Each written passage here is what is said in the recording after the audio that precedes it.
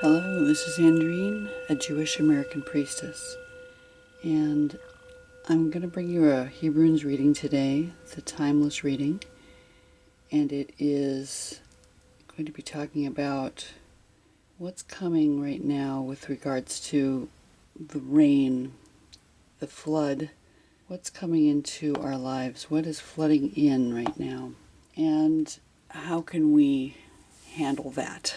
What's happening with the water? And to that end, I'm going to be using the deck of the Kalevala, which is called Mythologia Fennica deck, and it is based on the Finnish stories of the Finnish people, the runes of the Finnish people.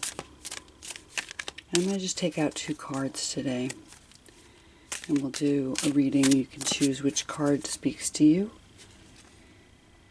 And then we'll do some Hebrunes on that card.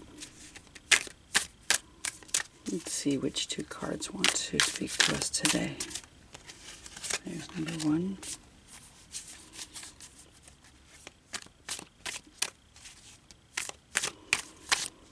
The Mythologia Fennica deck is based on these very ancient stories that were only written down in like the 1800s in Finland. I got a very different mythology there. So here's the first card. Oh. So we have a blank, which is really interesting. Okay, that's your first choice.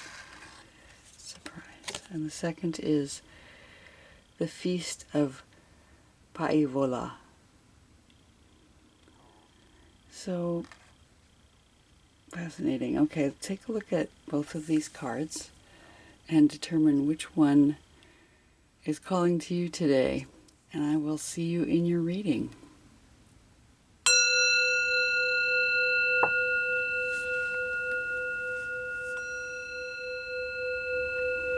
Hello, those of you who chose card number 1. Well, it's the blank card, and most decks, come with a blank. I think that the Kalevala has blank cards in there in case there are characters that one wants to add to the deck. And I keep a blank in my Hebrunes and also in my Nordic runes set. They are usually representative of the infinite or the void. But in the case of the Kalevala, there is a story inside the Finnish runes that is not covered in this deck. And I'm not sure exactly why. It's a horrible story, but there are a lot of horrible stories in the Finnish Kalevala. So I'm going to tell that story, and you can listen and imagine it. And I tell it because it is resonant for me. And hopefully it's not resonant for you, but if it is, maybe this is the reason you've chosen that card. So the story I'm going to tell is the story of Kullervo. And Kullervo is a person who grew up in the aftermath of a massacre of his entire tribe.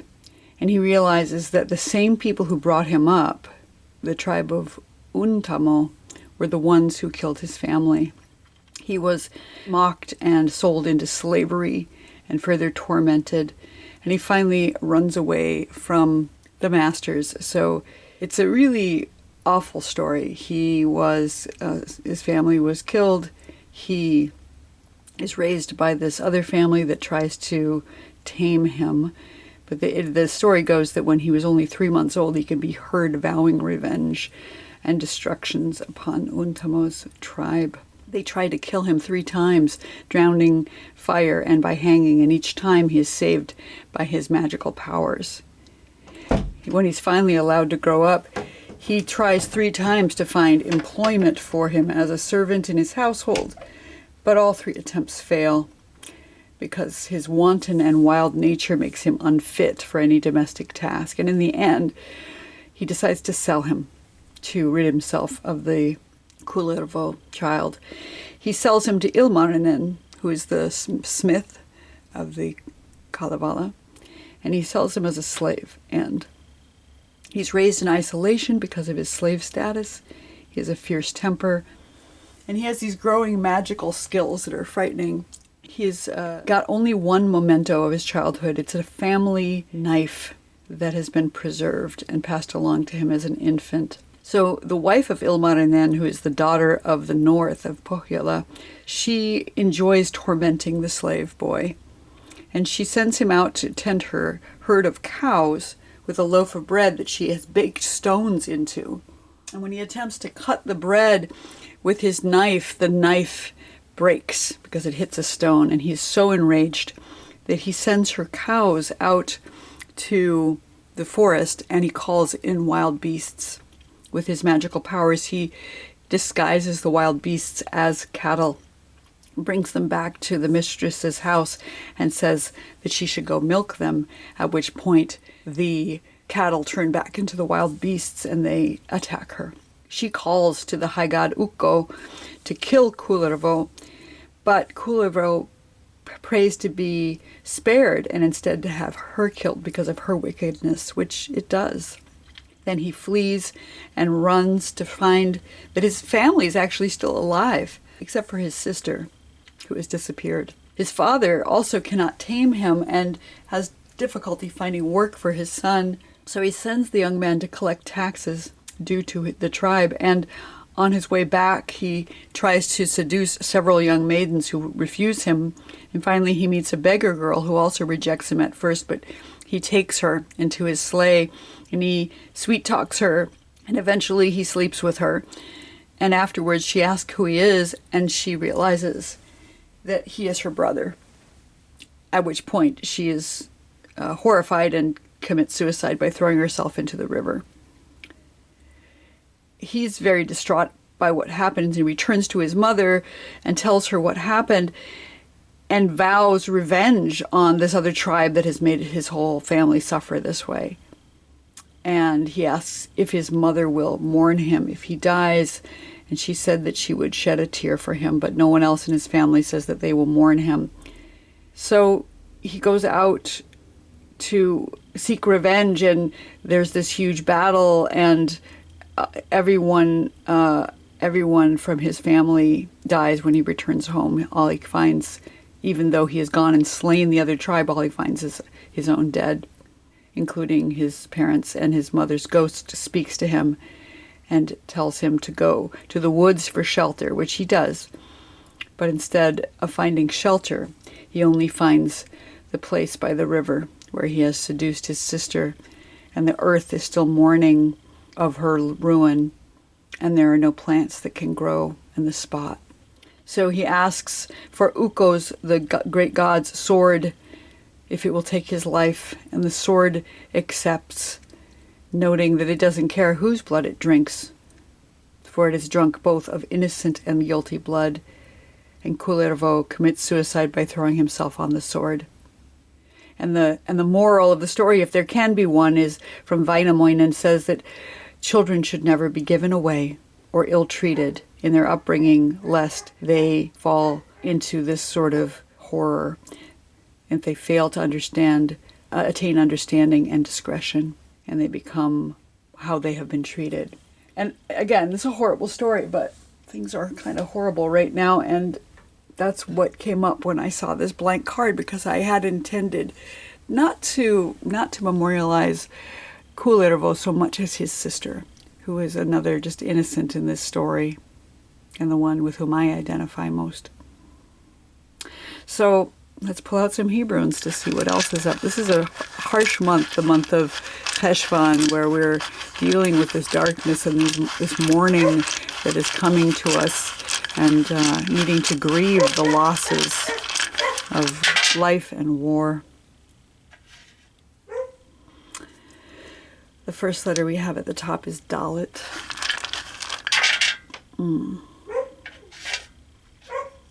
The second letter is Hey. Boy, they're just jumping out today. The last letter is Mem. So the way I'm reading this is the top letter is the letter what's happening now, and we have the letter Dalet. Dalet is the doorway, as we know, but it also corresponds to, in my reading of the tarot cards, as they correspond to the Hebrunes, the card Death. So because death is a doorway into another realm. It's the number 4, so it corresponds to the 4 seasons and the 4 directions and the 4 colors and the 4 letters of the divine name that we use as a doorway. And the dogs bark. So we have Dalet, which is the binary transformation of wisdom and foolishness. Being able to discern what is wise and what is foolish. And that's really the message of this story, is how can we be wise in how we treat people and whether we seek revenge or not. I see Dalet as corresponding to Rivka, the wife of Yitzhak, the sister of Lavan, who comes to give him comfort when she comes to Sarah's tent to give him comfort after Sarah dies. Sarah, who dies in the month of Cheshvan in Torah. So we have Dalet here. The doorway is where we are right now. That threshold, that liminal space between this world and the next. The center letter is that which represents the challenge. In the situation, we have the letter He. He, which is the letter that begins the word Hineni, which means presence. Being able to stand in presence. Here I am, and answer the call of the divine. Understandably really challenging right now. How do we answer here I am when we don't know what will become of the world? He is the number 5. It comes right after the letter Dalet. And it has this foundation of sight. So the inability to see our way forward right now is the challenge, and the fear that we don't know what direction to go. He corresponds to the liver in the body, the organ that filters the blood. And there's a lot of blood in this story as well, with Kullervo having blood on his hands, but also being raised in war. So the challenge here is discerning, again, what is toxic in the blood, what needs to be filtered out, and how can we see our way forward and show up for the purpose of the divine. How can we show up not to avenge necessarily our family, but to be able to discern when we find ourselves in a situation, what is the right thing to do. It's very difficult when one has been poorly treated. And that's our challenge right now in the situation. And at the bottom of the reading, we have Mem as our outcome letter. Mem, which is the first letter of Maim, Haim, waters of life. It's the time of year we're in, which is the wet season. Mem is the mother letter of water. So we've just entered the wet season in the northern hemisphere, where the rains come down. Those rains that fall like tears upon the earth. Mem is the first letter of the word Mekonenet, which is the priestess pathway, according to the Kohenet Hebrew priestess tribe, of the woman who mourns, she who wails and weeps, and gives voice to grief, and sits with the mourners among them to comfort them, but she comforts them by mourning with them and for them, and letting those tears fall. This is the month where we mourn all that has befallen us, all that is mournable, all the grief, all the war, all that we've lost. And we let those tears fall like rain to saturate the earth, so that new seeds that are sleeping now and dormant, going into the darkness, will have nurture when the sun comes out again in the future. So our reading here in connection to the card, the blank card, which does indeed represent the infinite, the time before all and the time after all. But in this story about Kullervo and his mistreatment and therefore inability, his being a child of war, a child of slavery, a child of oppression, he needs to be able to look at death and discern wisdom from foolishness. And it's so challenging to do that when you've been raised in that idea of revenge. That the challenge is showing up and saying, here I am, being able to discern what is healthy and what is unhealthy in the blood. And being able to see what is true, which Kullervo is unable to do. And out of that comes more death. And the solution here is to mourn what has come before, to mourn what is happening now, to let those rains fall, to sit with the mourners and give voice to the grief, because the only way out is through that doorway.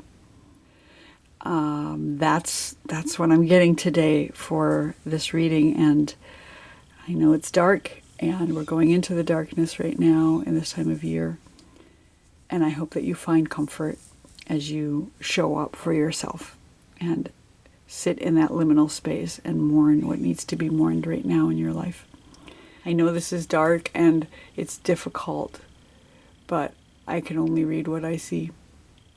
So thank you for sticking it out, and we will look forward to seeing you here next time. I hope you have a peaceful Shabbat. Take some time to rest. Shabbat Shalom.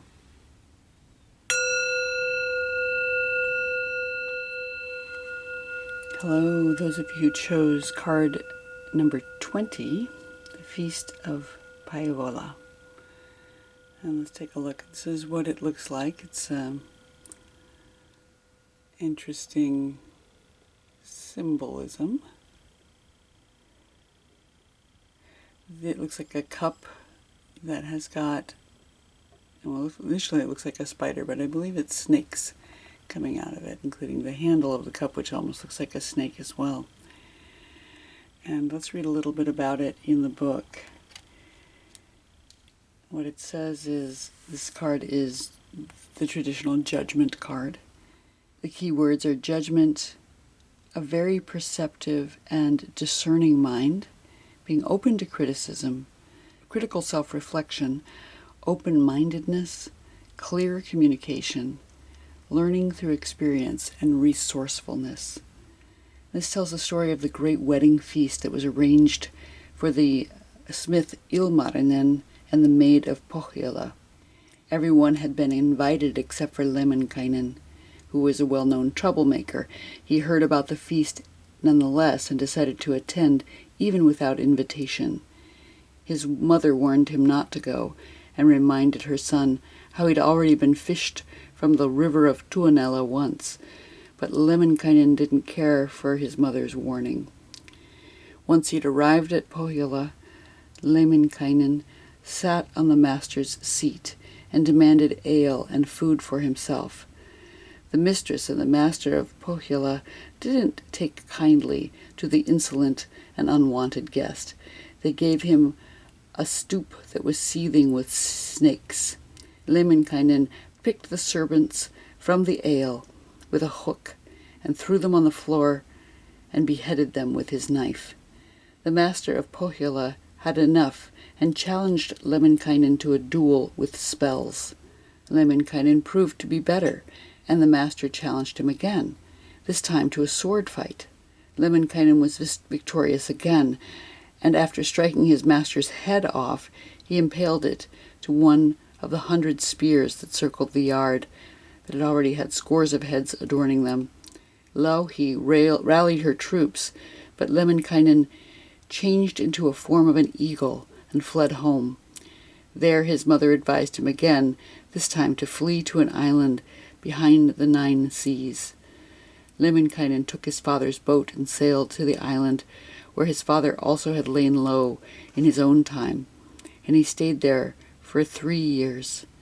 During this time he charmed all 1,000 wives and 100 widows on the island, but seeing as every single one of the island's men were preparing to murder him, Lemminkainen had to flee again. Back home he was greeted by ruin and destruction, for the soldiers of Pohjola had destroyed everything when looking for him. Lemminkainen had already thought his mother to have suffered the same fate, but then he found her hiding in the forest where she had fled. Lemminkainen promised her that he would rebuild the house and make up for all that was lost, but in his heart he wasn't able to let go, and was already planning a raid to Pohjola as vengeance from the home's destructions. So that's a pretty gory story. Its conclusion is that Lemminkainen's fiery soul drove him from one trouble to another, and many innocents suffered for this. The master of Pohjola lost his head, and Lemminkainen's mother was made to face the soldiers' wrath that her son had incurred. Lemminkainen expected his mother to rescue him again and again, never taking responsibility for anything or caring about the suffering of others, as long as everything was fine with him. His mother, on the other hand, protected her son with her life and suffered the consequences. By doing so unwittingly, she encouraged her son to always undertake a new raid after the next. So this card, the Feast of Päivölä, calls for good judgment and taste, which Lemminkainen did not possess. Good judgment doesn't mean criticizing deeds and lives of others. When you cease to criticize, your own understanding grows. Try to see people and situations without prejudice and accept things as they are. The card urges you to abandon your old, narrow perspective and to see things from a broader one. Don't fall into black and white thinking. Try to take perspectives of others better into account. Beware of rash emotional reactions. Learn to respect others, even if you didn't agree with them. If you make mistakes, learn from them. Act according to your own calling. The card may also symbolize shrinking from responsibility and baseless judging of others. The card urges you to take responsibility from yourself and your actions, and also to think the consequences of your actions beforehand. Try to steer your life toward a constructive direction. And we're going to take out 3 Hebrunes as well today. See if we have anything to add to that.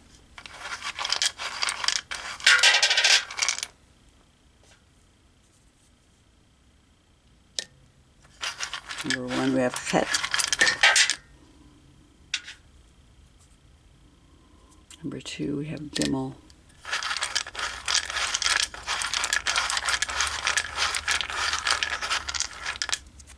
And for number 3, we have Beit. Het is the letter that begins the word Chai, which means life, but it also begins the word Choshek, which means darkness. And that is the balance there, right? Choosing life and trying to figure out how to find life even when there is darkness. And this card is representing a situation where somebody is seeking to improve their life and yet they cause an enormous amount of darkness. Het is also the number 8, which is the number that represents that infinity loop. So it's got that infinite idea of ongoing life. It is the number 8 being 1 more than 7, the number of days of creation, so the infinite, and also representing the infinite in the form of the divine. Het is also the first letter of the word Cheshvan, which is the month we are currently in as I'm doing this reading, which is the 8th month after Nisan. So Mar Cheshvan means 8th month. It also is translated as bitter Heshvan. So there's something dark right now. It looks like something dark that is ongoing and possibly infinite.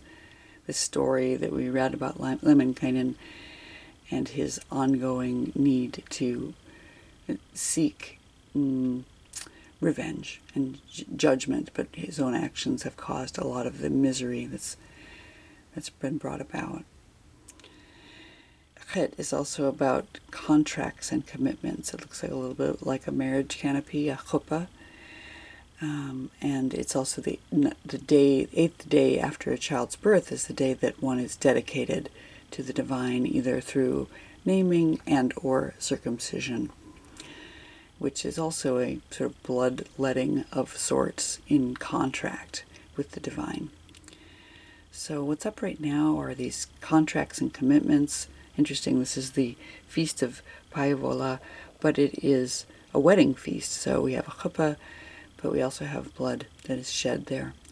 So something is dark and representing an ongoing struggle for life. It seems appropriate for what's happening in the world right now, in fact.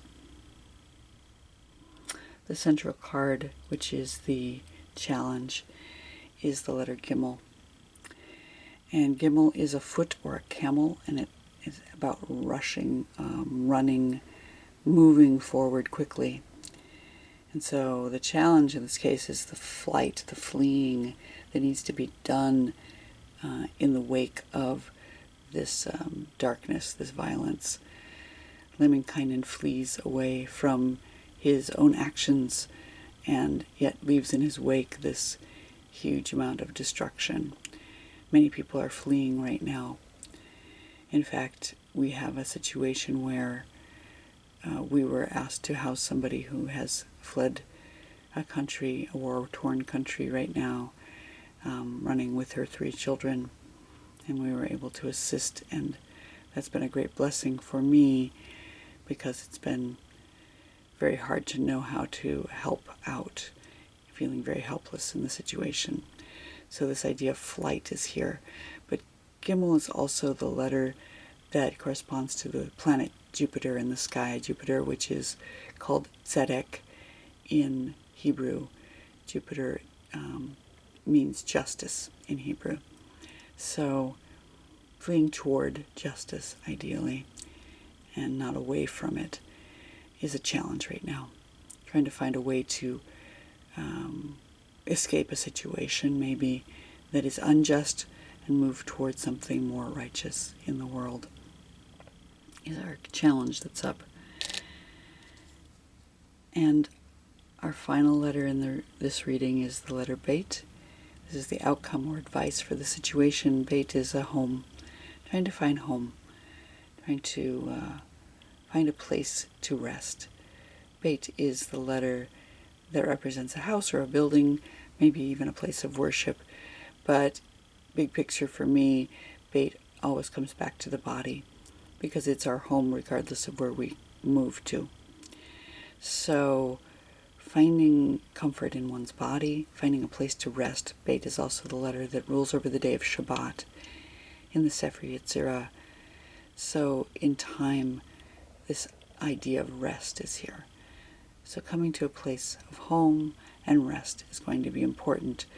And with regards to this card, we had Lemminkainen going to someone else's home, causing this huge amount of destruction and contention, and then fleeing from his home. And then when he returned, his home had been destroyed, but he promised to rebuild. So being able to discern seems to be up, being able to make appropriate decisions, taking responsibility for one's actions toward justice, and embracing life without causing darkness or destruction. So that's the message of the Feast of Päivölä. I hope this has been helpful for you and that you enjoyed this reading. And if you did, please like and subscribe to the channel. I look forward to seeing you here next time. Shabbat Shalom.